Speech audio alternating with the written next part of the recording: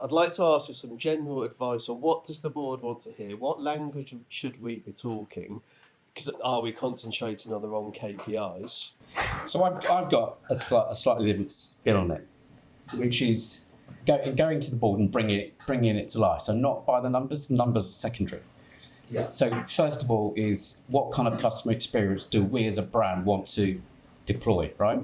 So that's something that everybody can take on board and understand, and you get, oh yeah, that's of course. But we can't do that.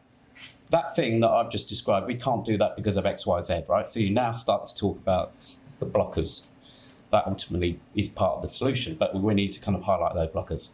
Okay, well, this is actually the experience now, right? So we're now chalk and cheese. We're way off that. And so to get there, we need to start to face into these blockers, and that's what will then, kind of tease out the parts of the business case or the deliverables, if you like, that we want to be able to deploy to fix it. So it's a slightly different spin on that, but it starts with where do we want to get to, and you normally get a lot more engagement. The one I'd say is, has anyone here seen a program called The Joy of Stats? Someone seen it? It's better than it works.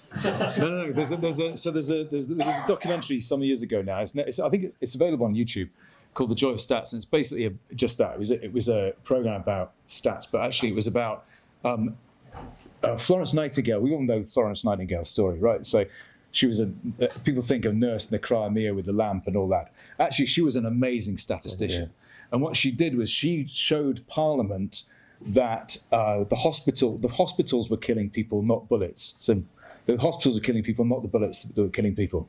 And she saw it in Caribbean, took it back. And if you haven't seen her diagrams, she did these by hand. They're absolutely beautiful. Yeah.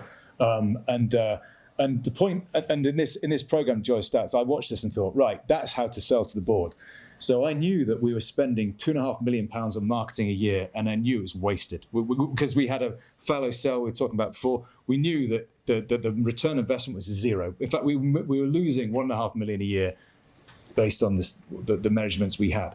So what I did is I created a roulette wheel, like a roulette where you gamble as if you were in a casino. And I had I had new joiners, the bottom 20%. Basically, did a quintile analysis of where we were spending our marketing money. And I said to the board, right, here you are, spend your money on where you're spending the marketing money. And the board would all have a strategy. They say, right, I'm going to go on the bottom 10%, or I'm going to invest in the top 20%. They all had a strategy, right or wrong. I then used the fallow sale to show where they were losing and making money. I got halfway through the presentation, and the CEO said, Ian, how much money do you want?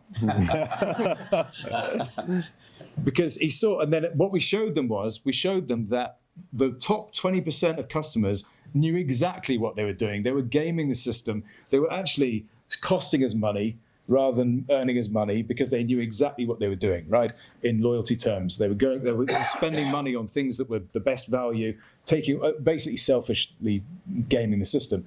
But what we were saying was, I showed the board, right, do you want to see where you're spending your marketing money? And I showed them, and I just said, you're just spreading it on the table. You wouldn't go into a casino and do that, right? Now, I guess what I'm saying is you can go, what I was thinking of and what the Florence Nightingale thing was, how can I get attention from the board? How can I grab their attention? I said, I just want an hour of your time, but you have to all be there, and I'm gonna and just allow me to present this. And it was really only one chart. It was really only one chart that said you're losing a load of money on your marketing here, you're making all your money on this segment, and I want 2 more people on my team. Thank you. And I got it. In fact, he said, how much do you want? I kind of wish I changed the last slide. Yeah. 5 more beat. There's fantastic examples, but just to build on what Ian said, if you're interested in stats programs, a great one to listen to is More or Less on Radio 4, Tim Harford. Fantastic, top tip. But what I was going to say, going into the board, these guys are busy for a reason. Everybody wants a piece of their time. Everybody wants a piece of their thinking. President Obama said, I have the same breakfast cereal every morning because I have to make so many decisions every day. I don't want to have to think about what breakfast cereal. The board is a bit like that. They're not sat there with their feet up the rest of the time waiting for you to turn up.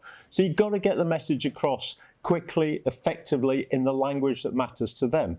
So don't go in saying, I'm going to do A, then that will mean I do B, and then I'm going to do C. Go in and tell them, I'm going to help you double the revenue from this line of our business. I'm going to help you reduce the risk in that line of the business. And I can do that because I've got the methods, I've got the contact, I've got the channels, I've got the reach, I've got the insight that will allow me to drive it. You have to grab their attention. You know, it was a great example, Ian said, you know, where you're spending your money. And one way to think about insight, one way to think about analytics, you're swinging the odds in your favour. You know, marketing, you're taking responsibility for money earned by the whole organisation. Your job is to deploy it effectively, professionally, where the odds are the best of the best return. And you wouldn't just go and, you know, stick it all on red or put it across the whole table. You would do it with some science and some analytics. So go speak quickly, effectively, in the short time you'll get with the board. Give them the message that matters to them, which is, we can change this organisation. I'm here to help. I'm not a blocker, I'm an enabler to make that happen for you. And John's just done that. I'm just going to reiterate what these clever guys have said. It's about know your audience, set the vision for the future. It's also an understanding of those individuals, as we said, but also where the decision's made.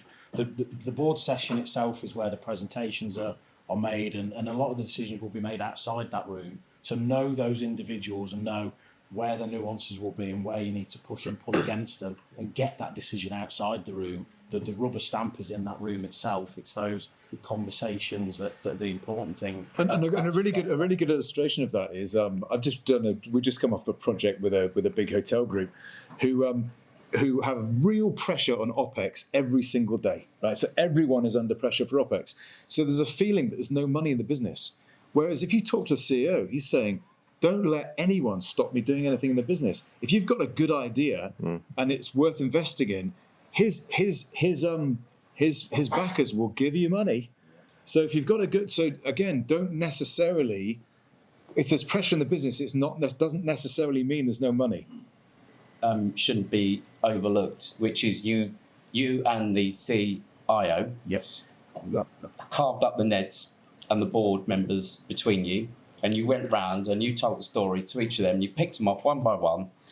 They asked separate extra questions, which you then answered, and then when you went into the board, there was no noise. So again, understand the audience, understand their particular nuances, and divide and conquer. There's no point in me having a technical architecture question with the Ned who's particularly interested in that. It'd be a very quick conversation. Whereas, similarly for Steve, it wouldn't be great for him to have a conversation about the future state of marketing. It's exactly that.